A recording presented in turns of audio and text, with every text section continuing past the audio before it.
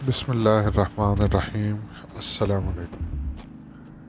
नाज़रीन, सबसे पहले तो आपको बताऊंगा कि शहबाज शरीफ साहब वज़ीर-ए-आज़म पाकिस्तान की हैसियत से फ्रांसीसी सदर से मिले।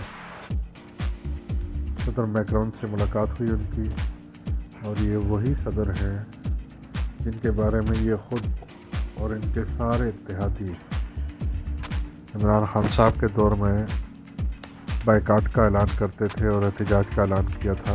और तहरीक लब्बैक ने तो खासी तोड़ फोड़ की थी, आपको याद होगा अच्छी तरह। उन्होंने अपने एहतजाज में पूरा कई पुलिस वाले भी मार दिए थे, कई लोग भी मारे गए थे। और इन्होंने तौहीन रिसालत सल्लल्लाहु अलैहि वसल्लम के नाम पे पूरा पुरतशद्दुद एहतजाज किया और पूरा इस्लामाबाद और पाकिस्तान तकरीबन उन्होंने बंद कर दिया था एहतजाज के नाम पे। आज उनकी तरफ से भी एक बयान नहीं है। तो उस वक्त तौहीन रसालत सल्लल्लाहु अलैहि वसल्लम थी और आज नहीं है शायद। यह सिर्फ एहतजाज इमरान खान के ख़िलाफ़ ही करना था। तो अगर यही सूरत हाल है तो इससे अंदाज़ा लगा सकते हैं कि ये सब किसकी कठपुतलियाँ हैं। ये सब किनके इशारों पर ये नाचते हैं, मुल्क में हालात ख़राब करते हैं और पाकिस्तान को पीछे ले जाने में इनका बहुत बड़ा हाथ है। सबसे पहले तो ये वीडियो देखें आप, छोटी सी मुलाकात की, फिर इस पर मज़ीद बात करते हैं। ये मिल रहे हैं हमारे वज़ीर-ए-आज़म साहब फ्रांसीसी सदर मैक्रोन से, और अब इनको तौहीन रसालत सल्लल्लाहु अलैहि वसल्लम का कोई ख्याल नहीं। ये सफ़ीर को निकालने के लिए बयानात दे रहे थे, और जिसने ये सारा काम किया उसके साथ मुलाकातें हो रही हैं। और किसी तंजीम को, नाम नहाद इस्लामी तंजीम को, कोई एहतजाज का कुछ ख्याल नहीं, एक लफ्ज़ तक उनके मुंह से नहीं निकलता। ये सब कठपुतलियाँ हैं। किसके इशारों पे ये नाचते हैं पूरा पाकिस्तान अब जान चुका है और इनकी असलियत से भी वाकिफ़ हो चुका है। रोज़वेल्ट होटल कतर की पार्टी को देने का फ़ैसला कर लिया गया है, और सुनने में आया है कि रोज़वेल्ट होटल की कीमत $1.5 अरब से भी ज़्यादा थी, जो कि कतर की कंपनी को, जो मुबैना ज़राए के मुताबिक जुनैद सफदर के ससुराली की है, उसको नहायत कम कीमत पर बेच दिया गया है। यानी पसे पर्दा जो है शरीफ फैमिली ने रोज़वेल्ट होटल ख़रीद लिया है। तो इसी तरह ये करते हैं, हुकूमत में आने के बाद ज़ाती मफादात, ज़ाती फ़ायदे हासिल करते हैं। पाकिस्तान, आवाम, कौम भाड़ में जाए। इनको फ़ायदा होना चाहिए क्योंकि ये बिजनेसमैन लोग हैं। इसलिए तो इमरान खान साहब कहते हैं कि जिसका पैसा मुल्क से बाहर है उसको कभी वोट मत दो। ये लोग फिर बिजनेस ही करते रहते हैं, इनको कोई परवाह नहीं। ये एक छोटी सी रिपोर्ट है, ज़रा ये देखें रोज़वेल्ट होटल पे समी इब्राहिम साहब की। देख सकते हैं रूज़वेल्ट होटल की, ये PIA की मलकियत। और अभी इस वक्त इंटरनेशनल मार्केट में जो मुख्तलिफ जो एस्टिमेट्स हैं उसके मुताबिक इसकी जो वैल्यू है वो $1.5 अरब है।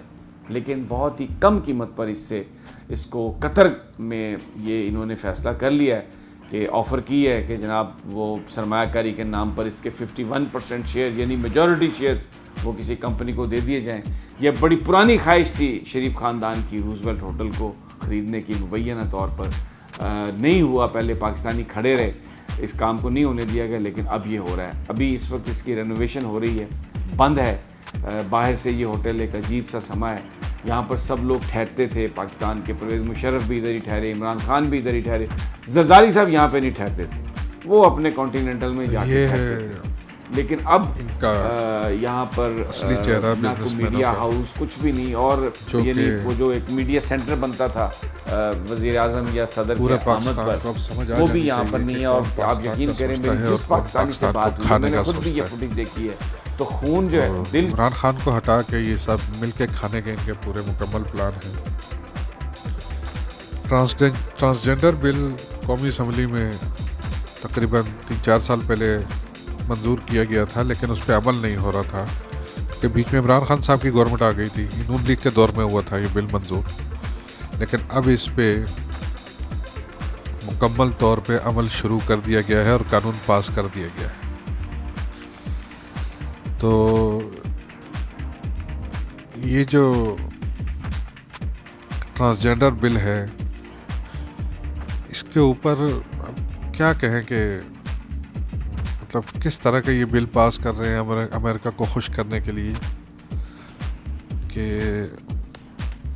मतलब हम जिन्स परस्ती का बिल जो है वो पास करना एक इस्लामी मुल्क से, तो कुफर वाली बात है ये। आपको याद होगा तहरीक इंसाफ ने जब ज़्यादती करने वाले को सरेआम फांसी देने का बिल पेश किया था तो इन सब ने मिलकर इसकी मुखालफत की थी, और आज सब ने मिलकर हम जिन्स परस्ती का बिल पास करवा लिया है। लानत ही भेज सकते हैं इनके ऊपर, और क्या कहें, क्योंकि ये लोग तो मतलब पाकिस्तान का या इस्लाम का तो नहीं सोचते, ये तो अपना सोचते हैं। ये तो इंडिया से इन्होंने तिजारत भी शुरू कर ली है, इसराइल को तस्लीम करने के लिए वफद भी भेज दिया यरूशलेम। फ्रांसीसी एम्बेसडर निकालने के बजाय फ्रांस के सदर से मुलाकातें भी जारी हैं। ट्रांसजेंडर बिल भी पास कर लिया और मुल्क की खुद मुख्तारी का सौदा भी कर लिया। ये सब मुसलमान हैं, फितना और यहूदी एजेंट ये इमरान खान को बोलते हैं। शर्म नहीं आती इन लोगों को रत्ती बराबर भी। किसके ऊपर बातें करते थे ये, और इनका अमल पूरी कौम देख ले, इनका क्या अमल है। इस पाकिस्तानी असम्बली में यहूदी या कादियानी एजेंट तो नहीं थे ना बकौल इनके। पीटीआई तो सारी बाहर बैठी हुई है। फिर ये ट्रांसजेंडर कानून कैसे पास हो गया? कानून की मुखालफत में 3 वोट पड़े हैं सिर्फ। ये अहम बात मैं आपको बता रहा हूँ, कानून की मुखालफत में सिर्फ 3 वोट पड़े हैं। JUI के 14 वोट हैं। उसकी मुखालफत में JUI ने भी वोट नहीं डाले, और ख़ुद को इस्लाम का मुहाफ़िज़ समझते हैं ये लोग। जमीयत उलमा इस्लाम मौलाना फजलुर रहमान साहब इस्लाम का मुहाफ़िज़ कहते हैं, पता नहीं कितने लाख उलमा का वारिस कहते हैं ख़ुद को, और इसकी मुखालफत में 14 अरकान JUI के होते हुए 3 वोट पड़े हैं सिर्फ। तो पाकिस्तान में तो इनकी मुखालफत में बात करना भी जुर्म ही है। अल्लाह माफ़ करे, अब क्या कहें इनको। सबसे पहले तो मैं आपको जस्टिस शमीम साहब की एक रिपोर्ट दिखाना चाहता हूँ कि जब जस्टिस शमीम साहब का एफिडेविट आया था लंदन से अप्रूव हो के, लंदन प्लान का हिस्सा था, ज़ाहिर है नवाज शरीफ नहीं किया था वो सारा ड्रामा, क्योंकि जस्टिस शमीम को अपॉइंट भी उन्होंने नहीं किया था गिलगित बल्तिस्तान में। तो फिर सारा ड्रामा भी नवाज शरीफ के कहने पे ही शुरू किया गया था। एक छोटी सी रिपोर्ट है, जब जस्टिस शमीम का एफिडेविट आया था तो ये नून लीगी क्या कहते थे, सुने ज़रा ये। नवंबर 2021 में पाकिस्तान की सियासत में एक तूफान बर्पा किया गया जब जंग अखबार के सीनियर सहाफ़ी अंसार अब्बासी ने खबर शाये की कि Gilgit Baltistan supreme appellate court के साबिक चीफ जस्टिस ने बयान हल्फी जमा करवाया कि उन्होंने जुलाई 2018 में गिलगित दौरे पर मौजूद साबिक चीफ जस्टिस साकिब नसार को इस्लामाबाद हाई कोर्ट के एक जज को ये कहते सुना कि नवाज शरीफ की जमानत नहीं लेनी। ये खबर नून लीगी हमदर्द मीडिया के लिए गोया सोने की कान साबित हुई और इस पर प्रोपेगेंडे की हर हद अबूर कर ली गई। गिलगित बल्तिस्तान के जो चीफ जज हैं, उनकी ये गवाही आ गई कि साकिब निसार साहब ने उनके सामने फोन पर ये कहा कि नवाज शरीफ साहब को और मरियम नवाज को इलेक्शन से पहले बेल नहीं दी जाएगी। जब चीफ जस्टिस मुल्क का ये काम करेगा फिर कौन सा इंसाफ रह गया, फिर हम किसके पास जाएंगे। लातादाद टीवी शोज, आर्टिकल्स और यहाँ तक के नून लीग की जानिब से साबिक चीफ जस्टिस साकिब नसार को फांसी देने का ट्रेंड भी चलाया गया। इस खबर का इस्लामाबाद हाई कोर्ट की जानिब से नोटिस लिया गया और मज़कूरा साबिक जज से सबूत तलब किए गए। तकरीबन 10 माह की अदालती कार्रवाई के बाद और सबूत पेश करने में टाल मटोल के बाद राना शमीम ने अपने बयान हल्फी से लाताल्लुकी का ऐलान कर दिया और इल्जामात से भी और अदालत से माफी भी तलब की। इस इशू पर हमारे चंद सवालात। राना शमीम ने लंदन से बयान हल्फी किसके कहने पर लिखा? बयान हल्फी अंसार अब्बासी तक कैसे पहुंचा? अंसार अब्बासी ने इल्जाम की तहकीक किए बगैर बिना सबूत ये कैसे छाप दिया और अंसार अब्बासी को तौहीन अदालत की सजा क्यों न हुई। इस झूठे बयान हल्फी को बुनियाद बनाकर साबिक चीफ जस्टिस के खिलाफ ट्रेंड चलाने वाले नून लीगी सोशल मीडिया के खिलाफ तौहीन अदालत की कार्रवाई क्यों न हुई।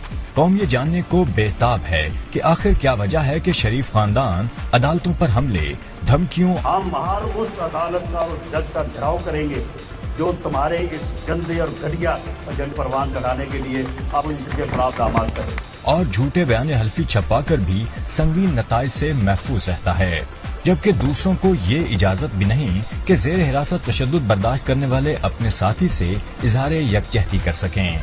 अरबाब इख्तियार ने आखिर इस हकीकी लाडले खानदान को मजीद कितनी रियायतें देनी हैं। आखिर में एक बात कहना चाहूँगा आपसे इस केस के बारे में कि शरीफ खानदान कुछ भी बोलता है, जजों के बारे में उन पर कोई एक्शन नहीं होता। और इमरान खान साहब ने सिर्फ कानूनी कार्रवाई का कहा था जज के खिलाफ, तो उनके ऊपर तौहीन अदालत और दहशतगर्दी का केस बनाया गया। दहशतगर्दी का केस तो ख़त्म हो गया, तौहीन अदालत का केस अभी भी बाकी है। तो ये ख़तरा अभी भी इमरान खान साहब के सर पे लटक रहा है। लेकिन इंसाफ का ये दोहरा मयार क्यों है, इस पे गौर ज़रूर कीजिएगा। पाकिस्तान पाइंदाबाद। Thank you very much.